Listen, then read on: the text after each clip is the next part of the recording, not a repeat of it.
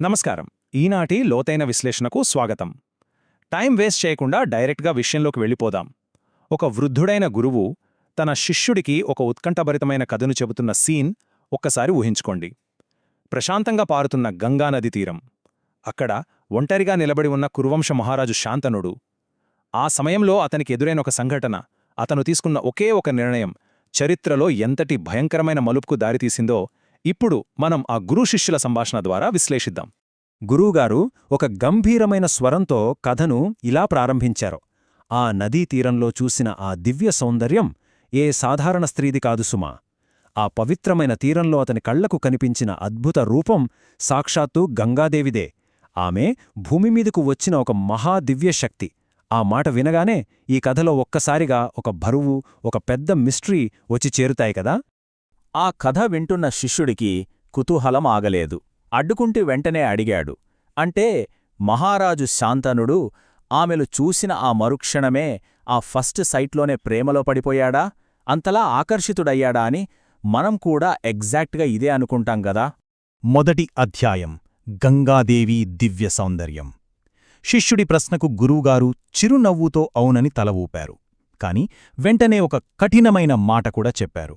ఆ గుడ్డి ప్రేమ వెనుక ఒక భయంకరమైన రహస్యం దాగి ఉంది అని. ఆకర్షణ అనేది చాలా సహజమే, కాని ఇక్కడ మనం చూడబోయేది కేవలం అందం గురించి మాత్రమే కాదు. ఆ అందం వెనుక ఉన్న ఒక డేంజరస్ వల గురించి. గంగాదేవి రూపం ఆ మహారాజు ఆలోచనా శక్తిని ఎలా స్తంభింపజేసిందో ఇక్కడ మనం స్పష్టంగా అర్థం చేసుకోవచ్చు.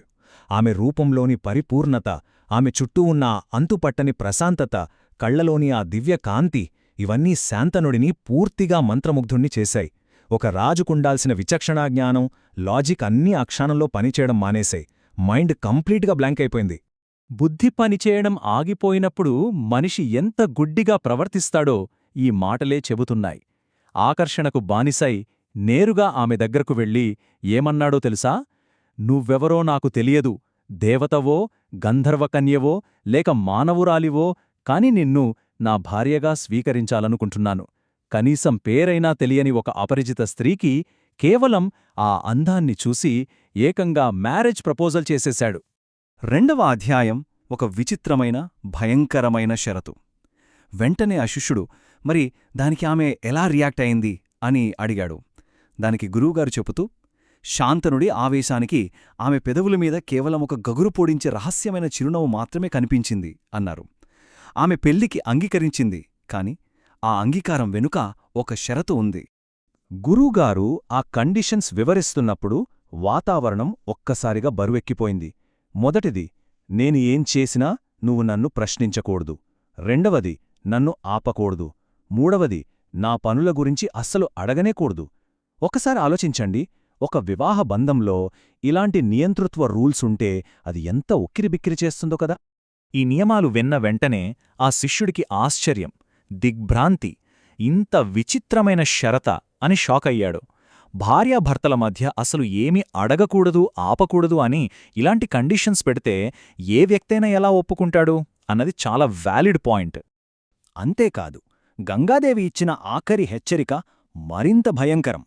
ఒక్కసారి, కేవలం ఒక్కటంటే ఒక్కసారి నన్ను ప్రశ్నించినా సరే ఆ క్షణమే నేను నిన్ను విడిచి వెళ్ళిపోతాను. చూశారా, ఇక్కడ చిన్న తప్పుకు కూడా చోటులేదు. Very thin margin of error. ఒక్క పొరపాటు, ఒక్క ప్రశ్న, అంతే, వారి బంధం అక్కడికక్కడే ముగిసిపోతుంది. మూడవ అధ్యాయం ప్రేమలో అంధత్వం. శిష్యుడు చాలా లాజికల్గా ఆలోచించి కరెక్ట్ ప్రశ్న అడిగాడు. మరి మహారాజుకు ఏమాత్రం డౌట్ రాలేదా ఇంత ప్రమాదకరమైన ఒప్పందానికి అతనెలా తలొగ్గాడు అని? నిజమే కదా, ఎవరైనా సరే బాబోయ్ అని వెనక్కి తగ్గుతారు. కాని ఈ ప్రేమ మనిషిని ఎంత గుడ్డివాడిని చేస్తుందో ఇక్కడే మనకర్థమవుతుంది. అలాగని శాంతనుడికి ఏమాత్రం అనుమానం రాలేదు అని కాదు. అతని మనసులో పెద్ద తుఫానే రేగింది. ఆమె ఎవరు, ఎందుకెలా చెప్తోంది, ఫ్యూచర్లో అసలు ఏం చెయ్యబోతోంది అని ఎన్నో ప్రశ్నలు అతన్ని తొలిసివేశాయి. కాని ఆ అనుమానాల కంటే ఆమె ఎక్కడ దూరమవుతోందో అన్న భయం, ఆ వ్యామోహం చాలా పవర్ఫుల్గా మారాయి. ఆ గుడ్డి ప్రేమ అతని ఆలోచనా శక్తిని కంప్లీట్గా కమ్మేసింది. సో తన పతనానికి తానే ఎలా ముద్ర వేసుకున్నాడో ఇక్కడ చూద్దాం. ఈ వాక్యాలు వినండి. నీకు మాట ఇస్తున్నాను, నేను నిన్ను ఎప్పటికీ ప్రశ్నించను, నీ ఇష్టం వచ్చినట్లుగా జీవించు. ఈ అత్యంత విషాదకరమైన ఒక్క మాటతో అతను తన చేతులకు తానే సంఖ్యలు వేసుకున్నాడు. ఈ ప్రామిస్ను అతను వెనక్కి తీసుకోలేడు, అలాగని భరించలేడు. 4వ అధ్యాయం హస్తినాపురంలో ఆనందకరమైన జీవితం. ఆ తర్వాత ఏం జరిగిందని శిష్యుడు అడగగా గురువుగారు హస్తినాపురంలో జరిగిన ఆ వైభవమైన పెళ్లి గురించి చెప్పారు. దేవతలు సైతం ఆశీర్వదించిన అద్భుతమైన వేడుకది. కాని ఆ సంబరాలు, ఆ ఆనందమన్నీ రాబోయే ఒక పెను విషాదానికి ముందున్న సైలెన్స్ మాత్రమే అని ఎవరికీ తెలీదు. ఆ సంతోషం ఎలా ఆవిరైందో ఇక్కడ గమనిద్దాం. మొదటి రోజు అత్యంత ఘనంగా పెళ్లి జరిగింది. ఆ తర్వాత 9 నెలల పాటు మునుపెన్నడూ లేని ప్రశాంతత, ఆనందం వారి జీవితంలో వెల్లివిరిశాయి. కాని ఆ తర్వాత వచ్చింది ఆ కాళరాత్రి, వారి మొదటి శిశువు జన్మించిన ఆ రాత్రి. సంతోషమంతా ఒక్క క్షణంలో మొక్కలైపోయిన రాత్రి అది. 5వ అధ్యాయం భయంకరమైన నిశ్శబ్దం. ఈ ప్రశాంతత ఎప్పుడు పగిలిపోయింది, అసలు ప్రాబ్లం ఎప్పుడు స్టార్ట్ అయింది అని శిష్యుడు చాలా ఆందోళనగా అడిగాడు. అక్కడే ఈ కథలోని అత్యంత చీకటి, గుండెలు పిండేసే ఘట్టం మొదలైంది. ఆ రాత్రి ఒక భయంకరమైన నిశ్శబ్దం ఆ రాజమహల్ను ఆవరించింది. ఒక్కసారి ఆ సీన్ని ఊహించుకోండి, వణుకు పుడుతుంది కదా. ఎంతో ఆనందంగా ఉండాల్సిన సమయంలో పుట్టిన ఆ పసికందును చేతుల్లోకి తీసుకుని ఏమాత్రం మాట్లాడకుండా, కనీసం వెనక్కి కూడా తిరిగి చూడకుండా ఆ తల్లి నేరుగా ఆ చీకటిపడిన గంగానది వైపు నడుచుకుంటూ వెళ్ళిపోయింది. ఇది వినగానే శిష్యుడు తట్టుకోలేకపోయాడు. ఏంటి, శాంతనుడు ఆమెను ఆపలేదా? తన కన్నబిడ్డను అలా తీసుకువెళ్తుంటే ఏ తండ్రైనా ఎలా చూస్తూ ఊరుకుంటాడు అని తీవ్రమైన ఆవేదనతో అడిగాడు. ఏ మనిషికైనా ఆ తండ్రి నిస్సహాయత చూస్తే కోపం, బాధ రావడం ఖాయం. కాని ఇక్కడే శాంతనుడి మైండ్లో జరుగుతున్న ఆ సంఘర్షణను మనం లోతుగా అర్థం చేసుకోవాలి.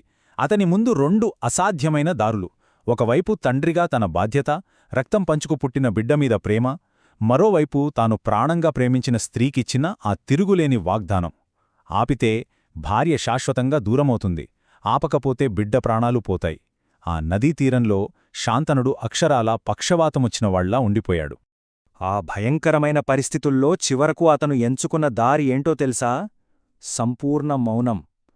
తన కళ్ల ముందే తన బిడ్డను ఆ నదిలో పడేస్తున్నా సరే, తాను ఇచ్చిన ఆ కఠినమైన మాట అతన్ని ఒక జైల్లో బంధించేసింది. గుండె ముక్కలవుతున్నా సరే, నోరు మెదపలేని నిస్సహాయ స్థితిలో ఆ క్రూరమైన నిశ్శబ్దాన్నే ఎంచుకున్నాడు మహారాజు శాంతనుడు.